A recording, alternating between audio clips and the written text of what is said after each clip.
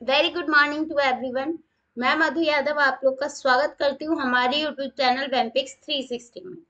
और वेम्पिक्स 360 UGC net के 2021 के एग्जाम के लिए डेली आप लोगों के लिए पेपर 2 पॉलिटिकल साइंस के लिए एमसीक्यू प्रैक्टिस सेशंस लेकर आ रहा है। और ये सेशंस आप लोगों के लिए एकदम लाइव है, तो इस क्लासेस को जरूर देखिए।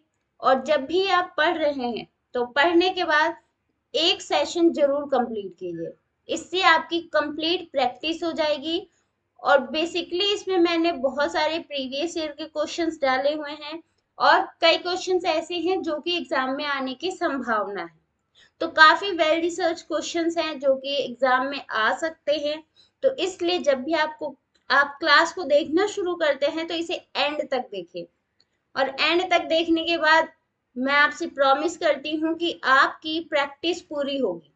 और डेली इन क्लासेस को लीजिए। ओके। और वीडियो को लाइक कर दीजिए, शेयर कर दीजिए, और चैनल पे अगर नए हैं तो चैनल को सब्सक्राइब करना ना भूलें। तो चलिए आज की क्लास को शुरू करते हैं। और मैं मधु यादव आप लोगों को डेली प्रैक्टिस करा के आपकी फुल प्रिपरेशन की गारंटी देती हूँ। बस आप लोग को एक ही काम करना है, वीडियो को स्टार्टिंग से एंड तक देखना है और एक्टिवली पार्टिसिपेट करना है। कमेंट बॉक्स में आपके आंसर्स होने चाहिए। ओके। और मुझे ये जरूर बताइए कि आप लोग की कौन से कॉन्सेप्ट में आपको दिक्कत आ रही है। तो उन कॉन्सेप्ट पर भी मैं आप लोगों की क्लास तैयार करके और फिर आप लोगों के सामने लेकर आऊंगी। तो चलिए आज की क्लास को शुरू करते हैं। क्लास शुरू करने से पहले वीडियो को लाइक कर दीजिए, शेयर कीजिए, कमेंट करिए जरूर, और अगर चैनल पे नए हैं तो उसे सब्सक्राइब भी कर लीजिए। तो इंग्लिश में क्वेश्चन स्क्रीन पे होंगे और हिंदी में मैं आप लोगों को क्वेश्चंस पढ़कर बता दूंगी कि हिंदी में क्या लिखा हुआ है, जिससे आप लोगों को हिंदी और इंग्लिश मीडियम दोनों को ही इजी होगा क्वेश्चन को समझने के लिए। तो चलिए फर्स्ट क्वेश्चन आपके सामने है कि which of the below option is correctly match about India India joining the respective groups. तो भारत ने निम्नलिखित समूहों के साथ जुड़ने के वर्ष का मिलान करना है कि भारत कब जुड़ा है। तो फर्स्ट है missile technology control regime 2017, Wassenaar arrangement 2016 and Australia group 2018। तो मिसाइल प्रौद्योगिकी नियंत्रण व्यवस्था 2017 में ज्वाइन हुआ है। उसके बाद वासेनार समूह व्यवस्था 2016 में, और उसके बाद ऑस्ट्रेलिया ग्रुप 2018 में। तो कौन सा इसके लिए करेक्ट ऑप्शन है आप लोग को बताना है। कमेंट बॉक्स में अपने आंसर बताइए। ओके, कमेंट बॉक्स में अपने आंसर देने हैं। शुरू से एंड तक अपने हर एक क्वेश्चन का आंसर आप लोग कमेंट बॉक्स में बताएंगे।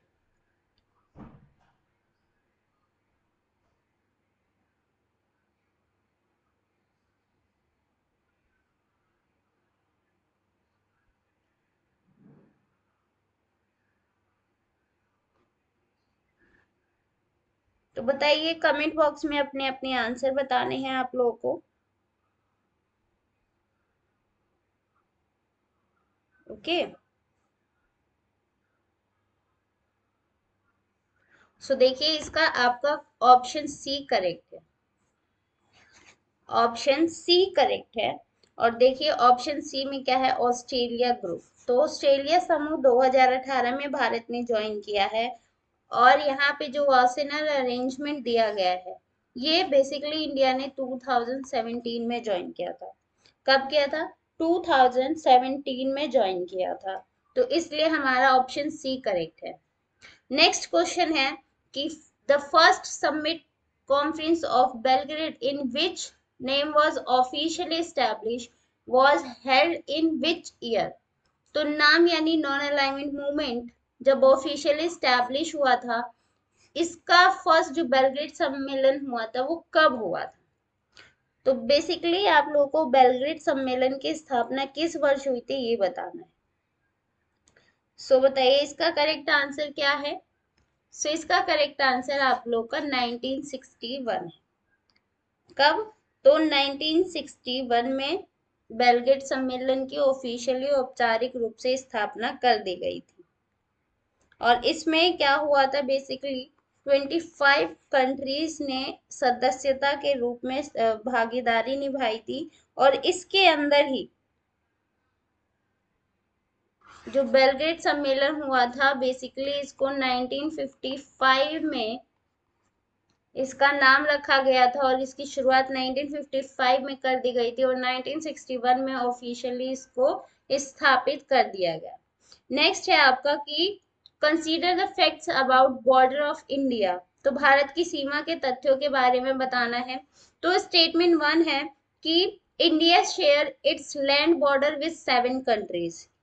तो भारत 7 देशों के साथ अपनी अपनी स्थल सीमा साझा करता है, 7 देशों के साथ। तो ये आप लोग को बताना है कि क्या करेक्ट है या नहीं। नेक्स्ट है कि Bharat India share its water border with 2 countries. दो देशों के साथ अपनी जल सीमा को साझा करता है। नेक्स्ट है कि भारत की बांग्लादेश के साथ स्थल सीमा सबसे लंबी है। तो India share its long land border with Bangladesh. तो कौन सा करेक्ट आंसर है? अभी तक का इजी क्वेश्चन पहले ही आ गया है, बट बताइए कौन सा करेक्ट आंसर है, कमेंट बॉक्स में बताना है। सो देखिए, इसका करेक्ट आंसर ऑप्शन डी है, यानी तीनों ही ऑप्शन सही है। Option A, B and C तीनों ही करेक्ट आंसर्स है। ओके, नेक्स्ट है in which book choice inside making of India foreign policy diplomat Shiv Shankar Menon was identified cases which change the policy course of India.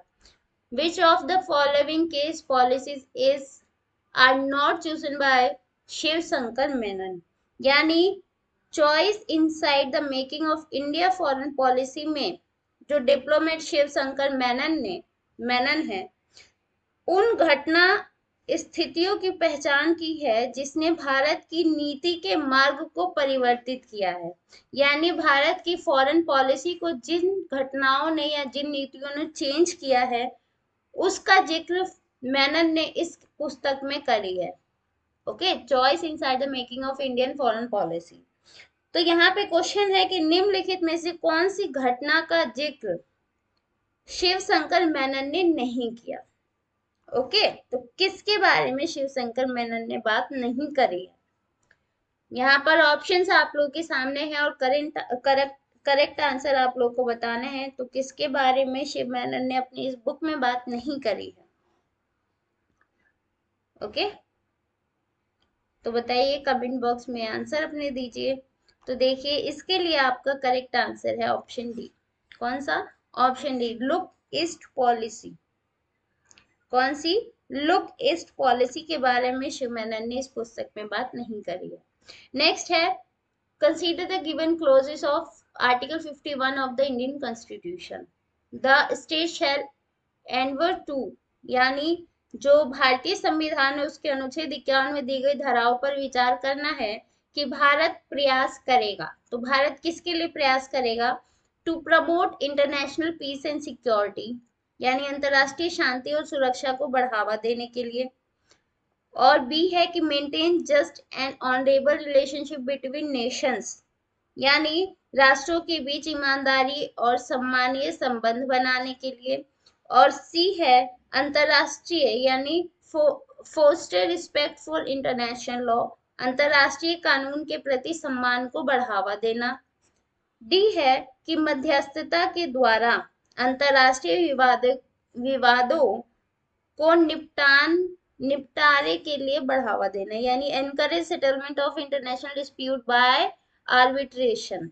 तो इसके बारे में आर्टिकल 51 के बारे में करेक्ट स्टेटमेंट कौन सा है? सो देखिए, इसके लिए आपका ऑप्शन डी करेक्ट हो जाएगा। ओके, यानी जो यहाँ पे स्टेटमेंट्स दिए हुए हैं, ये चारों ही स्टेटमेंट सही है। नेक्स्ट है in which year a referendum for Brexit was held in United Kingdom। तो यूनाइटेड किंगडम में ब्रेग्जिट के लिए जनमत संग्रह कब किया गया था? कब किया गया था?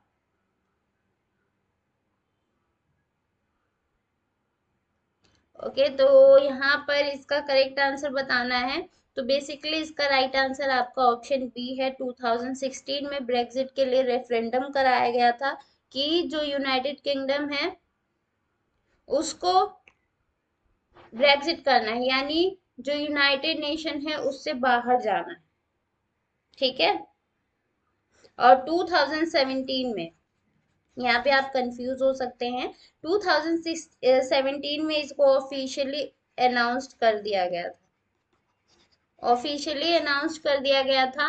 और 2016 में ब्रेक्जिट से बाहर हुआ था, 2017 में वो ऑफिशियली अनाउंस्ड हो गया कि यस, अब जो यूनाइटेड किंगडम है यानी यूके ब्रेक्सिट हो गया है, ब्रेक्सिट से बाहर हो गया। नेक्स्ट है consider the below statement about BRICS. तो ब्रिक्स के संबंधित ये स्टेटमेंट दिए हुए हैं, तो उसके बारे में आप लोगों को बताना है। तो फर्स्ट है कि originally BRICS had only 4 members. South Africa joined in 2010, making it a 5th member organization. Okay, यानी शुरुआत में ब्रिक्स में केवल 4 सदस्य थे। उसके बाद 2010 में दक्षिण अफ्रीका के शामिल होने से ब्रिक्स 5 देशों का संगठन बन गया। नेक्स्ट है in 2019 Brazil hosted the BRICS annual summit. 2019 में ब्राजील ने ब्रिक्स के वार्षिक सम्मेलन की मेजबानी करी थी। उसके बाद सी है in 2020 Russia will host the BRICS summit, यानी 2020 में रूस ब्रिक्स शिखर सम्मेलन की मेजबानी 2020 में रूस ने किया है। तो कौन सा करेक्ट आंसर है, कौन सा करेक्ट आंसर है? तो इसके लिए करेक्ट आंसर आपका ऑप्शन डी है, यानी 2010 में साउथ अफ्रीका ने ब्रिक्स को ज्वाइन किया था। तो बेसिकली ब्रिक्स में इंडिया है, ब्राजील है, रशिया है, चाइना और साउथ अफ्रीका कंट्रीज है। ओके, नेक्स्ट है आपका कि गिवन बिलो आर 2 स्टेटमेंट्स। तो असर्शन एंड रीजंस दिए हुए हैं, तो उसमें आप लोगों को करेक्ट ऑप्शन सेलेक्ट करना है। तो क्या दिया गया असर्शन? असर्शन है कि the IMF monitors members country policies and financial developments through a formal system known as surveillance। Hindi में बता रही हूं अब कि अंतरराष्ट्रीय मुद्रा कोष सदस्य देशों की नीतियों और वित्तीय विकास पर एक औपचारिक फॉर्मल सिस्टम, औपचारिक प्रणाली जिसे निगरानी कहा जाता है, के माध्यम से नजर रखती है। उसके बाद आपका कारण दिया गया है कि the monitoring system is used to maintain stability and prevent crisis in the international monetary system, यानी ये जो सर्विलेंस सिस्टम यूज की जाती है वो मौद्रिक प्रणाली में स्थायित्व बनाए रखने और संकट को रोकने के लिए की जाती है। तो क्या ये असर्शन और रीजन दोनों सही है या गलत है, या असर्शन सही है और रीजन गलत है? तो इसके लिए आप लोगों के पास 4 ऑप्शन है, कोड दिए गए हैं, तो इन चारों में से करेक्ट ऑप्शन क्या है वो बताना है। सो इसका करेक्ट आंसर आपका ऑप्शन 1 है, यानी जो असर्शन है वो भी करेक्ट है और उसका रीजन भी एकदम करेक्ट दिया गया है कि जो आईएमएफ है वो बेसिकली सर्विलेंस रखने का काम करता है, और ये सर्विलेंस रखने का एक ही पर्पस है कि वो इंटरनेशनल मॉनेटरी सिस्टम में स्टेबिलिटी बना कर रखे। ओके, नेक्स्ट क्वेश्चन है आप लोगों का कि मैच द फॉलोइंग, ये भारत ने जो परीक्षण करे हुए हैं उसके बारे में है कि भारत ने कब कब न्यूक्लियर परीक्षण किए हैं। तो पहला है पोखरण 1, फिर Pokhran 2 and the Indo US civil nuclear cooperation agreement, and D है action plan for a nuclear weapon free and non violent world order. Okay, तो पोखरण 1, पोखरण 2 और उसके बाद भारत अमेरिका सिविल न्यूक्लियर सहयोग समझौता। देन डी है परमाणु अस्त्र मुक्त एवं अहिंसक विश्व सत्ता के लिए कार्य योजना। तो कौन सा कब हुआ है वो आप लोगों को अरेंज करना है, तो बताइए। तो देखिए इसका करेक्ट आंसर आपका ऑप्शन 1 है। ओके, पोखरण 1 हुआ है 1974 में, देन पोखरण 2 1998 में, और सी आपका जो Bharat America nuclear civil nuclear सहयोग समझौता हुआ है वो है 2006 में। और इसके बाद जो एक्शन प्लान का हुआ है परमाणु अस्त्र मुक्त और अहिंसक विश्व सत्ता के लिए जो कार्य योजना बनाया गया है ये बनाया गया था 1988 में। ओके, नेक्स्ट है McMahon line is the demarcation of border between India and which country. तो मैकमोहन जो रेखा है वो भारत और किस देश के साथ बनाई गई है। तो किन देशों के बीच की रेखा को हमने मैकमोहन लाइन नाम दिया है। सो बताइए यहाँ पे करेक्ट आंसर क्या हो सकता है। चाइना, बांग्लादेश, पाकिस्तान या अफगानिस्तान। सो इसका राइट आंसर आपका चाइना है। ओके, चाइना है। उसके बाद नेक्स्ट है कि which of the following are the privilege of legislature in India. तो विधायिका जो भारत की विधायिका है उसके विशेषाधिकारों के बारे में स्टेटमेंट दिए गए हैं। इन स्टेटमेंट्स में से कौन सा करेक्ट है। तो फर्स्ट है right to publish debate and proceeding and the right to restrain other from publishing. यानी वाद विवाद तथा सभा की कार्यवाही को प्रकाशित करने का अधिकार और अन्य को उनके प्रकाशन से रोकने का अधिकार, ये लेजिस्लेचर का राइट है। उसके बाद है कि the privilege of excluding strange from the house, यानी सदन से अजनबियों को अपवर्जित करने का विशेषाधिकार। उसके बाद है the right to regulate its internal matter, यानी आंतरिक मामलों को विनियमित करने का अधिकार। उसके बाद डी है the right to punish members and outsiders for breach of privilege, यानी विशेषाधिकारों का उल्लंघन करने के लिए सांसदों और बाहरी व्यक्तियों को सजा देने का अधिकार। तो ये स्टेटमेंट्स आप बड़े ध्यान से पढ़िए और इंडियन पॉलिटी का क्वेश्चन है। तो इसमें से बताइए कि जो अपने लेजिस्लेचर है उसकी क्या क्या पावर्स है। सो वीडियो को पॉज करके अपने आंसर्स को सेलेक्ट कीजिए, देन आगे बढ़िएगा। अभी मैं आपको आंसर बता देती हूँ। तो यहाँ पे करेक्ट आंसर आपका ऑप्शन डी है। ओके, यानी सभी स्टेटमेंट्स करेक्ट हैं। उसके बाद which of the following statement are about the power of Lok Sabha speaker. तो लोकसभा स्पीकर की शक्तियों के बारे में यहाँ पर स्टेटमेंट्स दिए गए हैं।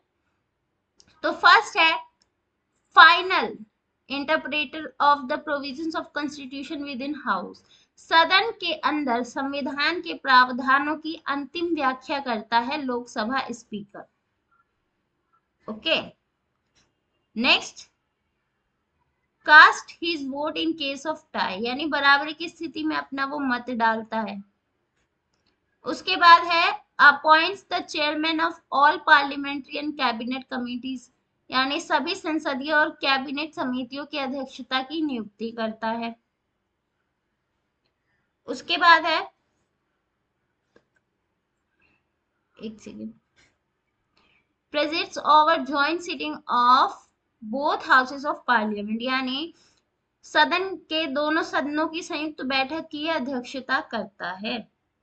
तो कौन सा करेक्ट आंसर है। कमेंट बॉक्स में अपने आंसर बताइए, फटाफट बताइए कि कौन सा करेक्ट आंसर है। अभी तक का सबसे इजी क्वेश्चन है। सो देखिए इसका राइट क्वेश्चन है, आंसर है आपका ऑप्शन सी, यानी फर्स्ट सेकंड एंड फोर्थ। कौन सा, first second and fourth answer सही है। यहाँ पे थर्ड आंसर सही नहीं है, क्योंकि लोकसभा स्पीकर का काम नहीं है कि वो समितियों के और कैबिनेट के अध्यक्षों की नियुक्ति करे।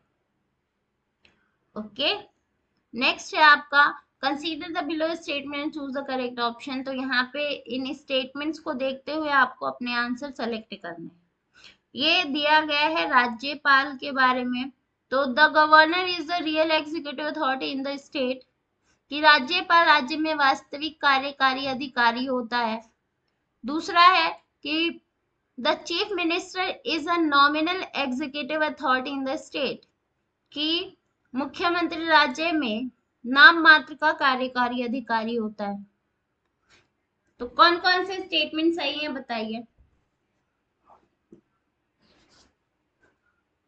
सो देखिए इसका जो करेक्ट आंसर है वो है ऑप्शन डी, कि दोनों ही स्टेटमेंट्स इनकरेक्ट है।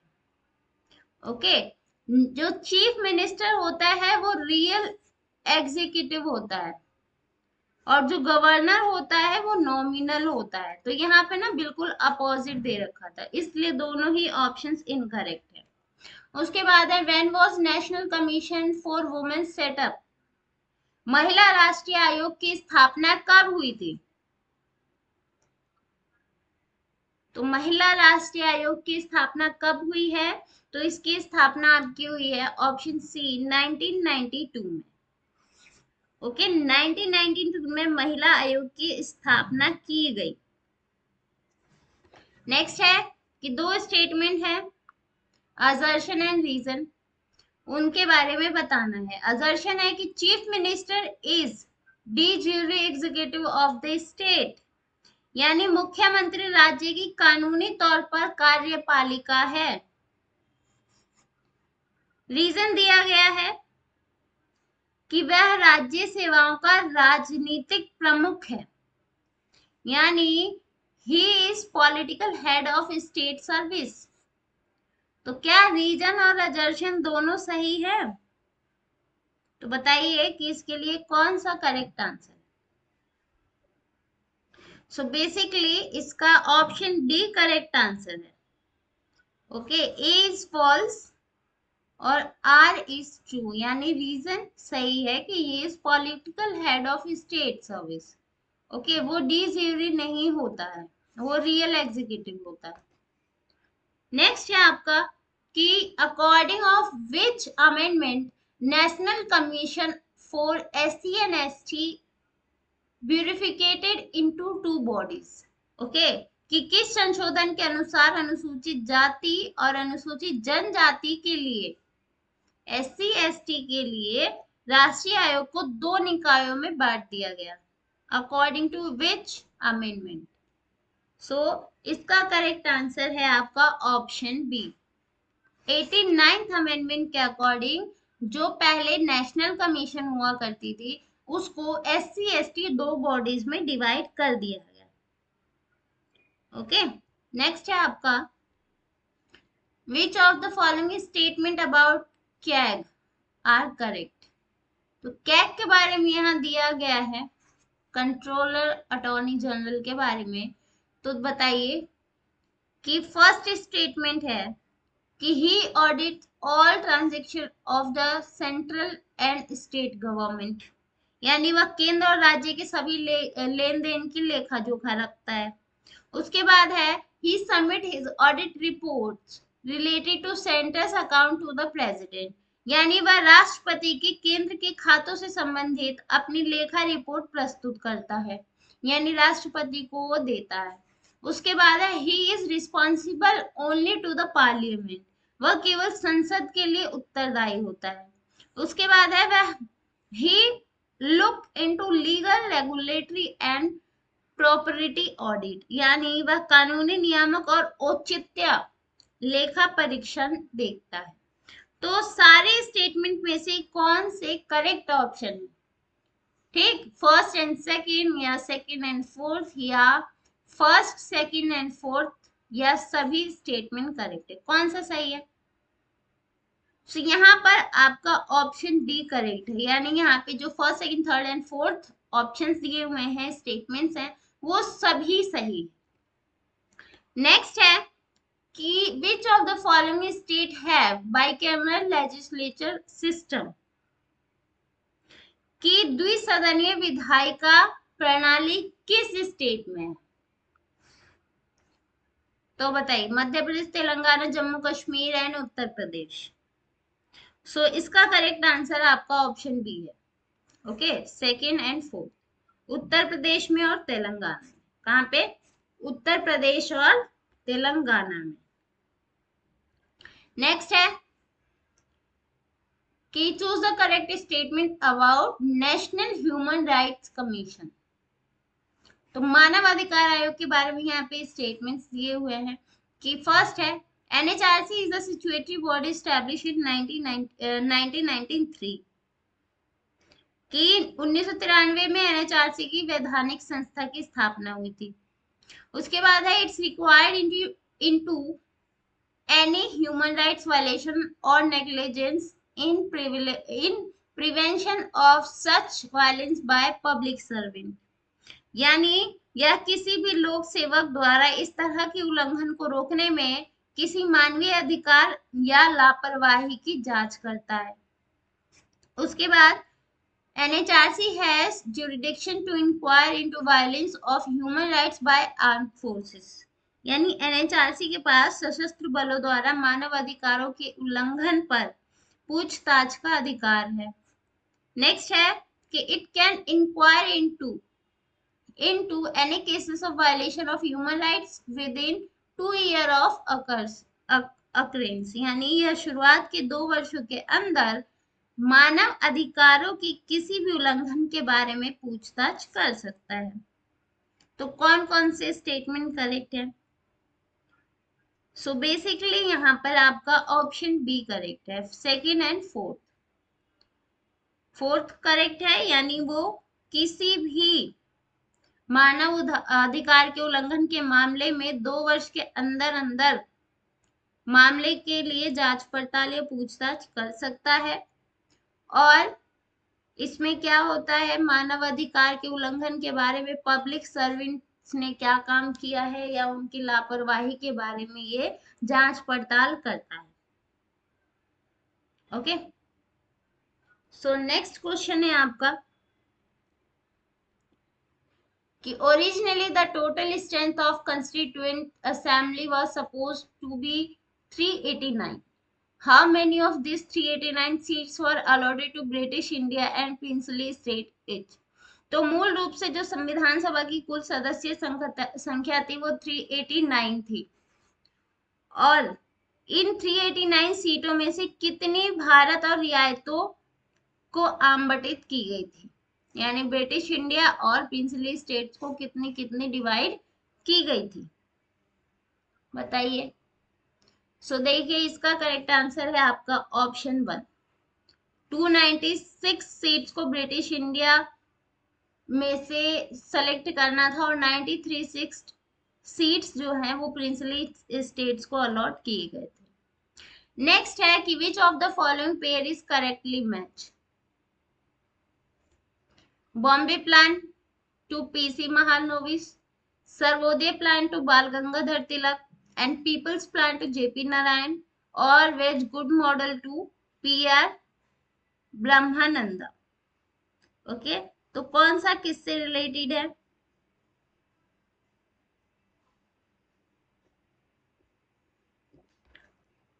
ओके, तो यहाँ पर आपका करेक्ट आंसर जो है वो है ऑप्शन डी। ओके, वेज गुड मॉडल, वो ये जो मॉडल है वो दिया था PR ब्रह्मानंदा ने, मजदूरी माल मॉडल। ओके, मजदूरी माल मॉडल।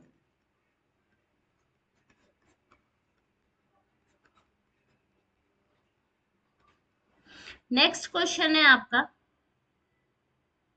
बेसिकली यहाँ पर देखिए जो पीपल्स प्लान है ना, पीपल्स प्लान ये दिया था MN रॉय ने। ओके, और जो बॉम्बे प्लान है वो दिया था, यहाँ पर लिख देते हैं, ये दिया था JRD टाटा ने, JRD Tata and GD Birla ने। तो ये तो पहले ही आपका इनकरेक्ट हो गया था, ठीक है। और जो सर्वोदय प्लान है, सर्वोदय प्लान दिया गया था JP नारायण के द्वारा। सर्वोदय का आइडिया है ना इनका, तो ये दिया था JP नारायण। ठीक, नेक्स्ट है the movement for separate Saurashtra state was initiated in the year, यानी पृथक सौराष्ट्र राज्य के लिए आंदोलन की शुरुआत कब हुई थी? कब हुई थी? तो इसकी शुरुआत हुई थी 1972 में। कब हुई? 1972 में हुई थी और ये रतिलाल टाना द्वारा मांग की गई थी। किसके द्वारा? रतिलाल टाना के द्वारा 1972 में। ओके, नेक्स्ट है सच्चर कमेटी रिलेटेड टू। तो सच्चर कमेटी किससे रिलेटेड है? सच्चर कमेटी किससे रिलेटेड है? तो बेसिकली ये रिलेटेड है social economic educational status of Muslim community. तो ऑप्शन 1 हमारा सही है। कौन सा सही है? ऑप्शन 1 सही है। और सच्चर कमेटी को 2005 में अपॉइंट किया गया था कि वो समाज में जो मुस्लिम समुदाय है, मुस्लिम लोगों की जो मुस्लिम कम्युनिटी है हमारी, उसकी सोशल इकोनॉमिक और एजुकेशनल स्टेटस की जांच करे। ओके, नेक्स्ट क्वेश्चन है anti arrack movement associated to, यानी एंटी अरक आंदोलन किससे संबंधित है? तो ये संबंधित है महिला आंदोलन से। ठीक, किससे संबंधित है? महिला आंदोलन से संबंधित है और 1990s में ये शुरू किया गया था। ठीक, और इसमें क्या हुआ था? ये शुरुआत हुई थी इसकी आंध्र प्रदेश में। आंध्र प्रदेश में इसकी शुरुआत हुई थी और इसमें महिलाओं ने शराबखोरी के विरुद्ध आंदोलन किया था। किसके खिलाफ? शराब के खिलाफ। ओके, नेक्स्ट क्वेश्चन है concept management by objective set out by Peter Drucker in which book. तो पीटर ड्रकर द्वारा जो लक्ष्य द्वारा प्रबंधन का जो सिद्धांत है, ये याद जरूर रखें क्योंकि इससे क्वेश्चन बन जाता है कि ये सिद्धांत किसने दिया है। तो उद्देश्य द्वारा प्रबंधन, मैनेजमेंट बाय ऑब्जेक्टिव, ये पीटर ड्रकर ने दी है और ये सिद्धांत, ये आइडिया उसने किस बुक में दिया है? तो इसका करेक्ट आंसर है आपका option C, the practice of management, प्रबंधन का अभ्यास। यहाँ पे हिंदी में भी लिख देती हूँ, प्रबंधन का अभ्यास। ओके, और ये बुक लिखी गई थी 1954 में। कब लिखी गई? 1954 में।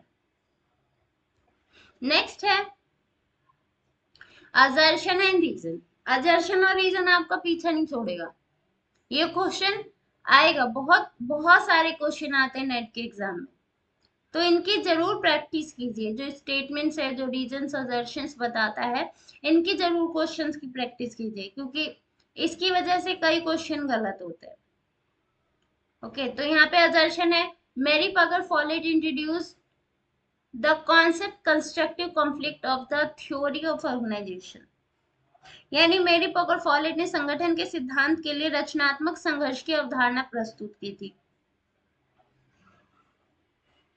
कंस्ट्रक्टिव कॉन्फ्लिक्ट, और रीजन दिया गया है कि उसने she argued organized theory as homely proverb, myths, slogans and pompous identity, यानी संगठन के सिद्धांत को उसने घरेलू कहावत, मिथक, नारे और आडंबर पहचान के रूप में बताया। तो असर्शन और रीजन सही है, ये आप लोगों को देखते हुए करेक्ट आंसर को सेलेक्ट करना है। तो इसका करेक्ट आंसर आपका ऑप्शन सी है। ओके, तो ऑप्शन सी सही है क्योंकि उसने रचनात्मक संघर्ष की बात तो करी है, कंस्ट्रक्टिव कॉन्फ्लिक्ट की, बट उसने जो संगठन का सिद्धांत है उसको कहा घरेलू कहावत, मिथक, नारे ये सब नहीं कहा है, क्रिटिक नहीं किया है। ये नारा, ये जो स्टेटमेंट है, ये है हर्बर्ट साइमन का, ये इसका नहीं है। तो इसलिए हमारा ऑप्शन सी करेक्ट। नेक्स्ट है management system first to fourth model conceptualised by. तो किसके द्वारा फर्स्ट टू फोर्थ मॉडल की अवधारणा दी गई है? सो इसका करेक्ट आंसर आपका ऑप्शन डी है, रेंसिस लिकार्ट के द्वारा। ठीक, रेंसिस लिकार्ट ने फर्स्ट टू फोर्थ मॉडल के बारे में बात की है। जब आपको एडमिनिस्ट्रेशन पार्ट कराऊंगी तो ये सारे मॉडल्स भी आपको पढ़ाऊंगी। बेसिकली इसका जो फर्स्ट मॉडल है वो है efficiency and categorization, and second इसका है एक्सप्लॉइटेटिव अथॉरिटी, उसके बाद थर्ड है बेनिवोल्ट अथॉरिटी, एंड फोर्थ है कंसल्टिव एंड पार्टिसिपेटिव अथॉरिटी। ओके, तो आप लोगों को फर्स्ट, सेकंड एंड थर्ड मैंने वर्बली बता दिया है, और इसको आपको डीपली मैं आपको एडमिनिस्ट्रेशन की क्लास में करवा दूंगी। नेक्स्ट है which of the following is not a part of हॉर्थन एक्सपेरिमेंट। तो हॉर्थन एक्सपेरिमेंट के बारे में कौन सा सही नहीं है, कौन सा एक्सपेरिमेंट नहीं किया था एल्टन मायर ने? तो इसका करेक्ट आंसर क्या है? कमेंट बॉक्स में बताने हैं अपने अपने करेक्ट आंसर। सो इसका जो करेक्ट आंसर है, राइट आंसर है, वो है option D, wire cutting experiment इसमें नहीं किया गया था। ओके, बैंक राइटिंग एक्सपेरिमेंट था, एलिमिनेशन एक्सपेरिमेंट था, human attitude and sentiment experiment, ये सभी चीजें शामिल थी। और ये जो स्टडी है, हॉर्थन एक्सपेरिमेंट है, वो 1920 से लेकर 1930s के बीच में कंडक्ट किया गया था। एल्टन मायो ने ये पूरा एक्सपेरिमेंट कंडक्ट किया था कि ऐसे कौन से रीजंस हैं जिसकी वजह से जो इंडस्ट्रीज है उसके अंदर प्रोडक्शन नहीं हो रहा है। ओके, तो इसीलिए एक्सपेरिमेंट किया गया था। तो ये सारे एक्सपेरिमेंट्स के नाम है जो एल्टन मायो ने हैथन एक्सपेरिमेंट में किया है। उसके बाद नेक्स्ट है आपका राइटर्स हैं, देन उनकी बुक्स का नाम है, तो वो करेक्टली मैच करना है। तो ये मैच करके बताइए कौन सा किससे रिलेटेड है। आप वीडियो पोस्ट करके देन अपना आंसर कर सकते हैं, और कमेंट बॉक्स में अपने आंसर्स जरूर बताइए। सो इसका देखिए करेक्ट आंसर आपका ऑप्शन डी है, यानी हैंडी फ्योल की बुक है the administrative theory of the state, and Elton Mayo की बुक है the social problems of industrial civilization, and Frederick Riggs की बुक है ये वाली ecology of public administration, and Frederick Taylor की बुक है पीस रेट सिस्टम। ओके, तो Henry Fayol ने जो बुक लिखी है, ये बुक लिखी थी इन्होंने 1923 में। The administrative theory of the state book लिखी गई है हेनरी फ्योल के द्वारा 1923 में। और जो एल्टन मायो है, उन्होंने अपनी बुक लिखी social problems of the industrial civilization, ये बुक लिखी इन्होंने 1945 में।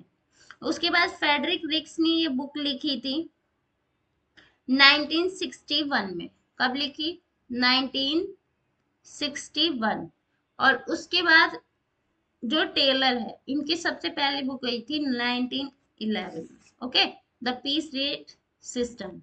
नेक्स्ट है who is two statements has given and assertion and reasons हैं दोनों, तो बताइए कि कौन सा करेक्ट आंसर होगा। ऑप्शन सेलेक्ट करना है, option A B C D.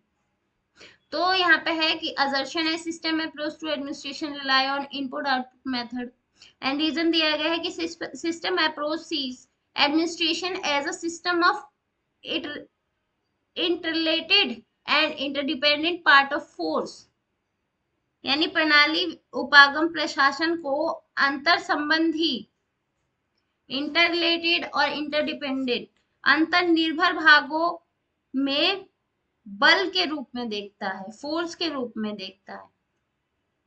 सो कौन सा करेक्ट आंसर है इसका? ऑप्शन ए करेक्ट हो जाएगा, यानी असर्शन एंड रीजन दोनों सही है। नेक्स्ट है human relations theory recognised by, मानव संबंध सिद्धांत की पहचान किसने करी है? माफ कीजिए, मानव संबंध सिद्धांत किसकी पहचान करता है?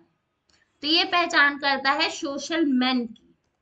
ओके, नेक्स्ट है सिद्धांत एक्स और वाई किससे संबंधित है? तो ये संबंधित है आपका ऑप्शन बी डगलस मैकग्रेग। ओके, इनकी एक बुक है the human side of enterprises, the human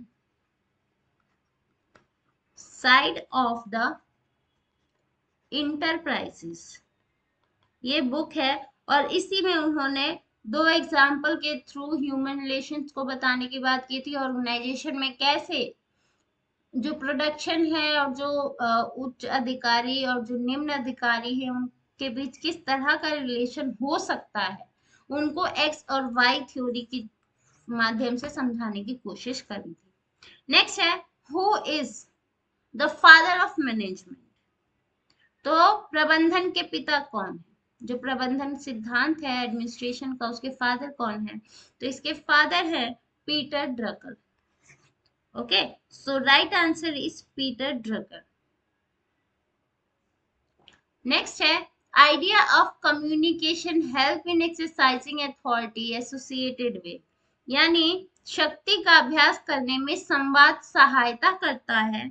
इस सिद्धांत का विचारक कौन है? तो इस सिद्धांत का विचारक है आपका चेस्टर बर्नार्ड। ओके, ये कम्युनिकेशन को किसी भी संगठन में बहुत इंपॉर्टेंट मानते हैं, और जो कम्युनिकेशन है वो उच्च पद से, उच्च अधिकारी से निम्न पद के अधिकारी तक होना चाहिए। Okay, communication. नेक्स्ट है, in which year Santhanam committee was appointed, यानी संतानम समिति की नियुक्ति किस वर्ष हुई थी? तो ये नियुक्ति हुई थी 1962 में। कब हुई थी? 1962 में हुई थी, और इसकी स्थापना लाल बहादुर शास्त्री ने करी थी। लाल बहादुर शास्त्री। ओके, और इस कमेटी ने अपनी रिपोर्ट पेश की थी 1964, और इसमें भ्रष्टाचार को खत्म करने के लिए और भ्रष्टाचार किस तरह से भारत में एक अपनी जड़ मजबूत कर रहा है, उस पर बात करी थी इस संतानम कमेटी ने। ओके, और इसी के आधार पर केंद्रीय सतर्कता समिति का गठन किया गया था। सेंट्रल विजिलेंस कमेटी की स्थापना 1964 में संथानम कमेटी के रिपोर्ट के आधार पर की गई थी। केंद्रीय सतर्कता समिति। ओके, 1964। नेक्स्ट है, which committee recommended the constitutional status for local self government by the inclusion of new chapter in the constitution।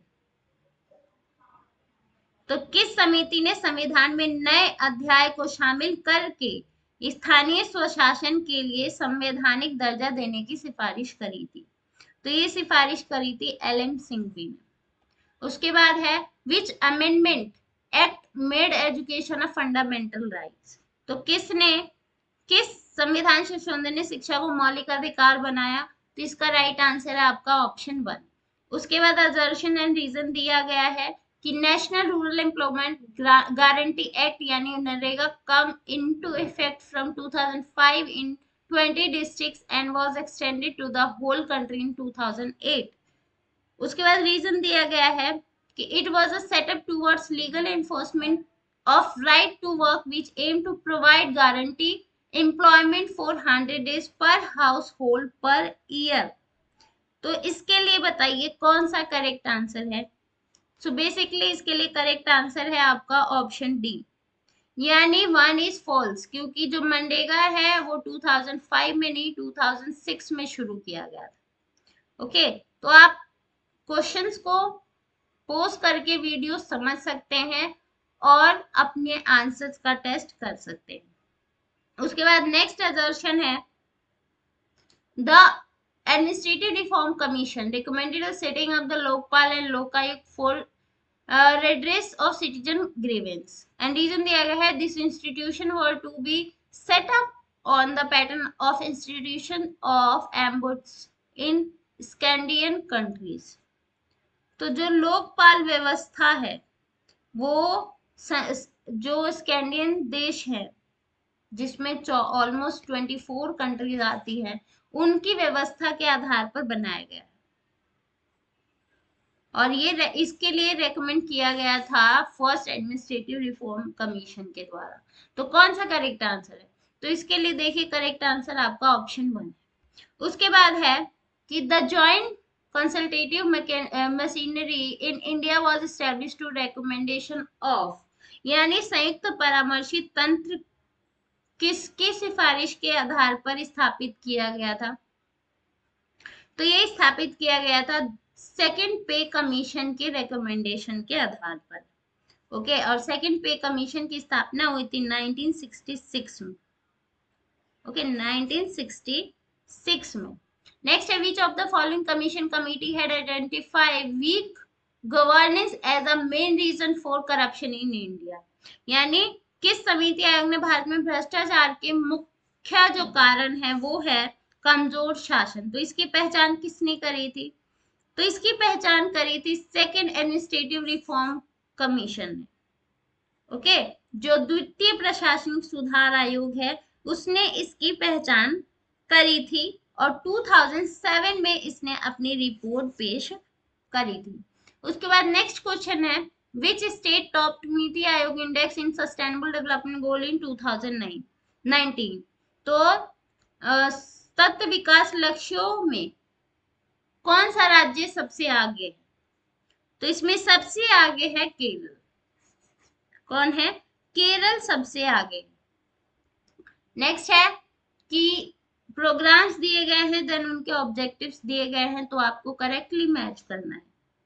तो देखिए, जो ए है यानी प्रधानमंत्री ग्रामीण डिजिटल साक्षरता अभियान, तो ये जुड़ा है इससे। इसका ऑब्जेक्टिव है to make 6 crore people in rural India digital literate. Okay, उसके बाद प्रगति, और प्रगति का मेन एम है to promote culture of proactive governance and timely implementations.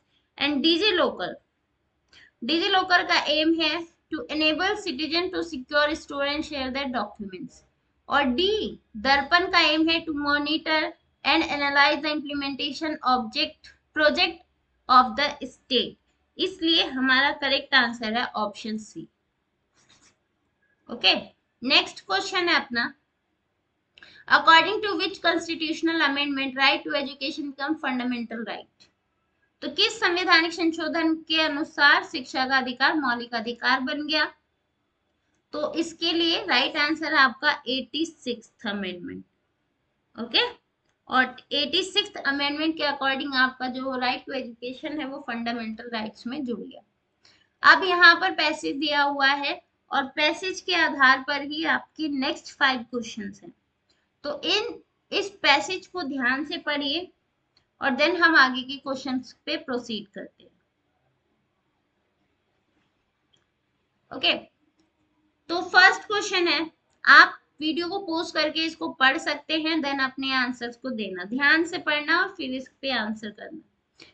कि जो फर्स्ट क्वेश्चन है, Nehru report related to, Nehru report किससे संबंधित है?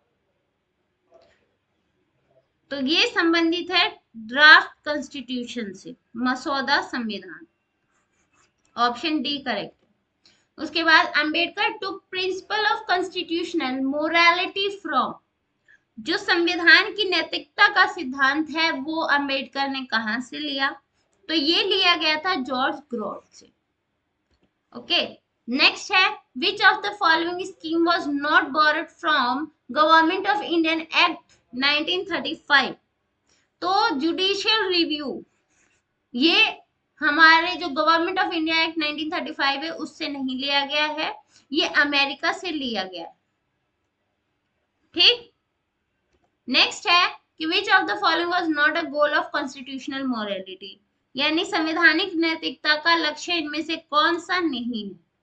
तो इसका करेक्ट आंसर आपका ऑप्शन 1 है कि रिवॉल्यूशन जो है संवैधानिक नैतिकता का एक लक्ष्य नहीं। नेक्स्ट है, which of the following is not the feature of cosmopolitan constitution, यानी महानगरीय संविधान की इनमें से कौन सी विशेषता नहीं है?